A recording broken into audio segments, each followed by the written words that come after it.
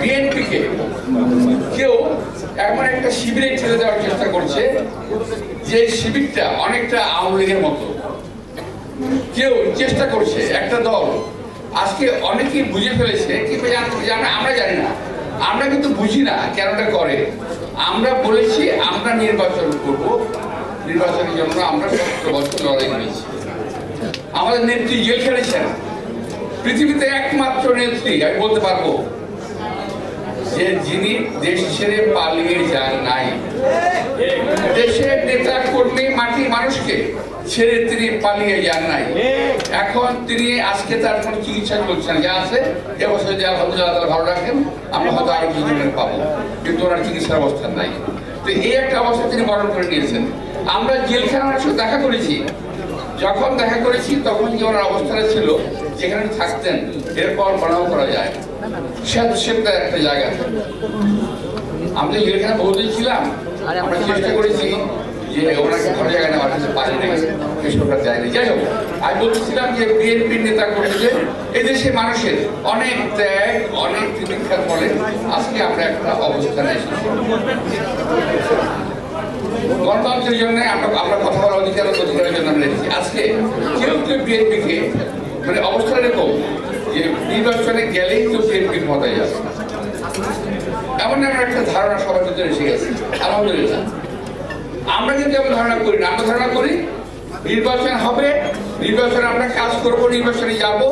বিগত দিনে বিএনপি 3টা ক্ষমতায় ছিল, যদি বিএনপি ভালো কিছু করে থাকে দেশের লোক আমাদেরকে ভোট দেবে, এটা আমরা আশা করতে পারি আল্লাহর কাছে, মানুষের কাছে। জিতি ভালো না, জিতি যে আসে ক্ষমতায় আসবে তাকে আমরা সাথে আরো দেবো, কিন্তু যাতে বিএনপি ক্ষমতায় আসতে না পারে। বুঝে দেখছেন না আপনার গান বাজনা অনুষ্ঠানে একসঙ্গে সুর করে কাওয়ালি গায়, একটা কি বলে রেখে কনসার্টে রয়েছে, কি বলে রেখে একটা গান গায় সবাই কাওয়ালির মতো। এখন বিএনপির বিরুদ্ধে পুজো করে লাগছে কি আপনি বিএনপিকে খাটো করা যায়, বিএনপি মানুষের সঙ্গে খাটো করা যায়। কিন্তু যেখানে আমাদের নেতা, আমরা যত ভুলভালই বলে না কেন, আমাদের নেতা তারা এখন পর্যন্ত ঠিকঠাক কথা বলে যাচ্ছে, দেশে মানুষ পছন্দ করছে। আমি যারা যারা সব কথা বলি তারা আমাদের কথা বলেন যে না আপনি ঠিকঠাক লাইন মতো আজকে কথা বলছেন, কথা বলছেন।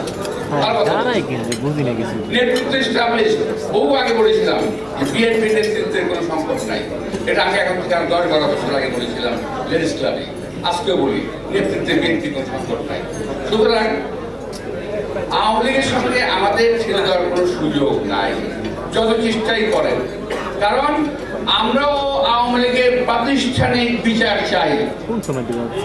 সাংগঠনিক অপরাধের জন্য এই দেশে আইন আছে, কানুন আছে, সেই অপরাধে বিচার হবে এবং সাংগঠনিক বিচার হতে পারে। যে আমাদের ইসলামকে এইভাবে ব্যান করা হয়েছে, হতে পারে। যারা ব্যক্তিগতভাবে চুরি চাকারি করেছে, ডাকাতি করেছে, অন্যায় করেছে, লুট করেছে, এই দেশে সব শেষ করে দিয়েছে,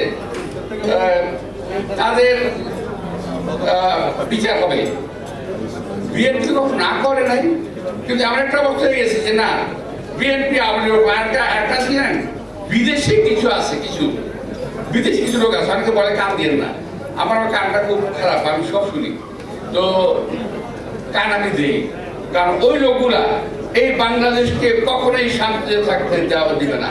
কারণ এরা কারো না কারো দায়িত্ব পালন করছে এজেন্ট হিসেবে।